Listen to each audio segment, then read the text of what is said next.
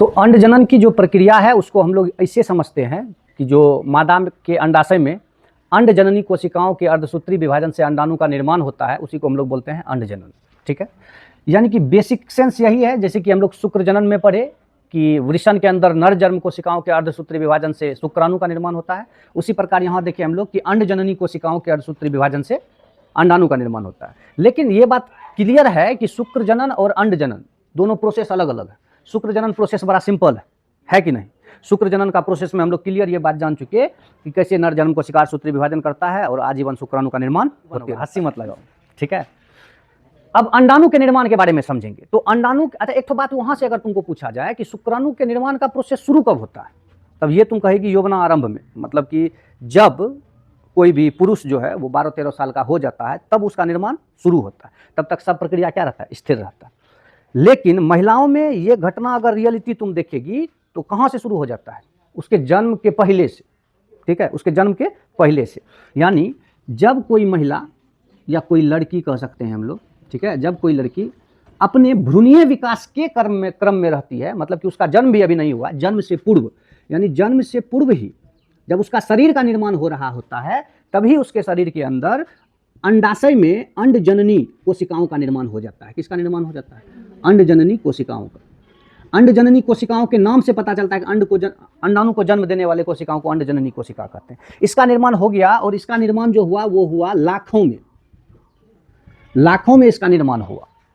ठीक, अब अंडजननी कोशिकाओं के भीतर में, ठीक है, जब पहली बार अंडजननी कोशिकाओं का विभाजन होता है, कोशिका विभाजन होता है अंडजननी कोशिकाओं में, तब एक बंदा बनता है, एक बंदी बनती है, उसका नाम होता है प्राथमिक अंडक। क्या नाम होता है? प्राथमिक अंडक। मतलब ये कि अंडाशय के भीतर में पहले से क्या रहता है मौजूद? जन्म से पूर्व क्या बन जाता है? जन्म से पूर्व बन जाता है अंडजननी कोशिकाएं। क्या बन जाता है? अंडजननी कोशिकाएं। और जब अंडजननी कोशिकाओं में विभाजन होता है तो किसका निर्माण होता है? प्राथमिक अंडक का। किसका निर्माण होता है? अब प्राथमिक अंडक का निर्माण जो हुआ, ये प्रक्रिया जो है प्राथमिक अंडक के निर्माण होने का, ये प्रक्रिया बड़ा स्लो है। और प्राथमिक अंडक के चारों ओर धीरे धीरे पहली झिल्ली का निर्माण होता है। ठीक है, प्राथमिक अंडक के चारों बगल किसका निर्माण होता है? झिल्ली का निर्माण होता है।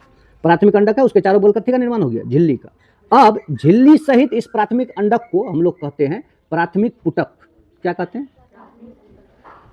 अब चूंकि ये प्रोसेस बहुत पहले शुरू हो गया तो जन्म से लेकर के जब तक लड़की का यौवना आरंभ होता है, मतलब कि 12-13 साल होता है, किशोरावस्था के समय तक, बहुत सारे प्राथमिक पुटक का ह्रास हो जाता है। मतलब जितना कि मिलियंस में शुरू में अंडजननी कोशिका ने निर्माण किया प्राथमिक अंडक का, तो बहुत सारे का नुकसान हो गया।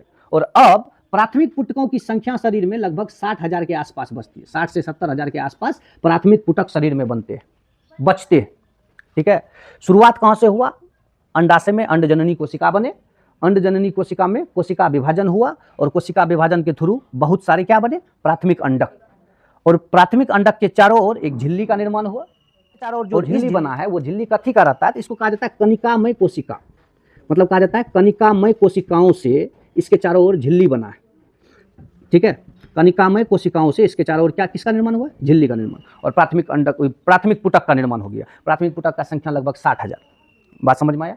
अब नेक्स्ट स्टेप जो है, धीरे धीरे जैसे ही समय गुजरेगा इसके चारों ओर एक और झिल्ली का निर्माण हो जाएगा। मतलब कि कनिकामय कोशिकाओं का एक और लेयर इसके चारों ओर बन गया। अब इसका नाम हो जाता है द्वितीयक पुटक। क्या नाम हो जाएगा?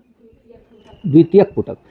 सिंपल सा, नाम को भी याद रखना ज्यादा मुश्किल नहीं है। जब अंडजननी कोशिकाओं से का विभाजन हुआ तो प्राथमिक अंडक बना, और प्राथमिक अंडक के चारों ओर जब कनिकामय कोशिकाओं का झिल्ली बन गया तब उसको बोले प्राथमिक पुटक। फिर और झिल्ली बन गया तब बोले उसको द्वितीयक पुटक।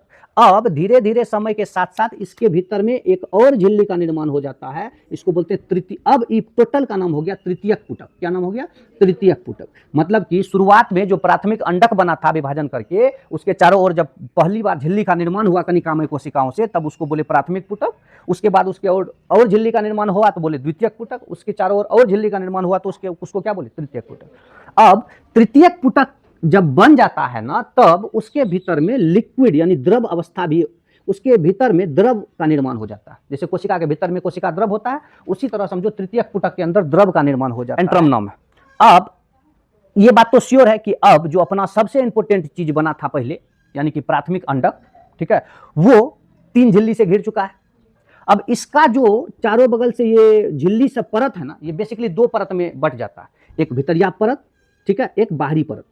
दोनों परतों के बीच में जो खाली जगह होता है उसको ही एंट्रम बोलते हैं हम लोग, और उसमें ही लिक्विड भरा हुआ रहता है। ये बात भी श्योर हो गया कि उसके भीतर में जो अपना प्राथमिक अंडक है उसमें भी वृद्धि हो रहा होगा, ठीक है, उसके अंदर भी क्या हो रहा होगा, वृद्धि हो रहा होगा। इसको तुम लोग ऐसे ज्यादा क्लियर कर पाओगे कि मान लो एक कोशिका है, कोशिका के भीतर में एक केंद्रक है, ये जो केंद्रक है वो केंद्रक किसके भली भांति काम कर रहा है, प्राथमिक अंडक के, किसके तरह काम कर रहा है, प्राथमिक अंडक।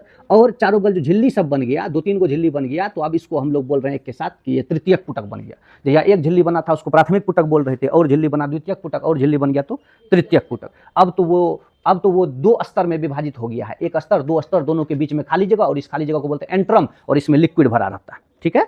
अब धीरे धीरे ये जो है बंदा जब उम्र लगभग 12-13 साल पहुंच जाता है एग्जैक्टली, तब ये जो है परिपक्व हो जाता है अपना, ठीक है। तृतीय पुटक क्या हो जाता है, परिपक्व होकर तृतीय पुटक जो है परिपक्व हो जाता है। और परिपक्व होने के टाइम में जो आपका प्राथमिक अंडक था भीतर में, उसमें अर्धसूत्री विभाजन होता है पहली बार। उसमें क्या होता है, अर्धसूत्री विभाजन। और उस अर्धसूत्री विभाजन के थ्रू इससे 2 प्रकार की कोशिकाएं बनती है। एगो को बोलते हैं हम लोग, एगो को बोलते हैं द्वितीयक अंडक। जो प्राथमिक अंडक है, पूछेगा जब जो प्राथमिक अंडक था उसका जो विभाजन हुआ तो क्या बना, एगो द्वितीयक अंडक बना और एक बना प्रथम ध्रुवीय पिंड। क्या बना, प्रथम ध्रुवीय पिंड। मतलब बोला किसका अर्धसूत्री विभाजन हुआ, जो द्वितीयक अंडक और प्रथम ध्रुवीय पिंड बना। तो आप लोग बताओगे कि जो आपका प्राथमिक अंडक था जो झिल्ली से घिरा हुआ था चारों बगल से, जब उसमें अर्धसूत्री विभाजन हुआ पहली बार तो 2 चीज बना, एगो बना द्वितीयक अंडक और एगो बना प्रथम ध्रुवीय पिंड।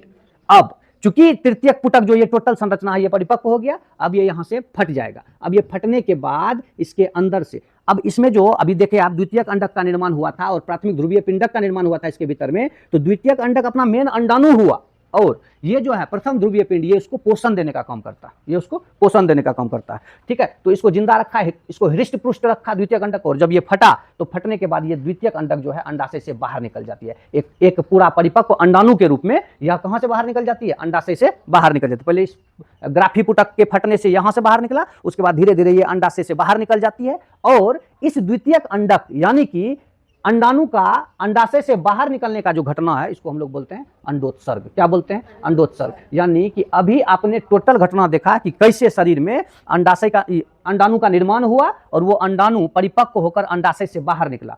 तो पूछेगा अंडाणु का परिपक्व होकर अंडाशय से बाहर निकलने की क्रिया को हम लोग क्या कहते हैं, तो अंडोत्सर्ग। क्या कहते हैं, अंडोत्सर्ग। और अंडोत्सर्ग होने के बाद ये अंडाणु अब अंडवाहिनी में चला गया, मतलब कि फिलोपियन नलिका में चला गया। अब फिलोपियन नलिका में जाने के बाद वहां आगे का घटना हम लोग देखेंगे। तो अगर आपको सिंपल 2 नंबरा शुक्रजनन पूछे तो आप लोग ऐसे करके लिख दीजिएगा, अंडजनन पूछे लिख दीजिएगा। अगर ऐसे पूछ देगा कि महिलाओं में अंडजनन की प्रक्रिया की व्याख्या करें, एक्चुअली में कैसे बनता है और निकलता है, तो ये व्याख्या आपको करना पड़ेगा। और ये व्याख्या बहुत बड़ा लाइन ना है जो तुम अभी देख रही है, ये व्याख्या एक कहानी है। कहानी तुमको आना चाहिए, ये लाइन बीच बीच से बदल भी सकता है। कहानी तुमको आना चाहिए, पहले क्या बना फिर क्या हुआ फिर क्या हुआ, कहानी आएगा तो ये चीज हो जाएगा आराम से, ठीक है।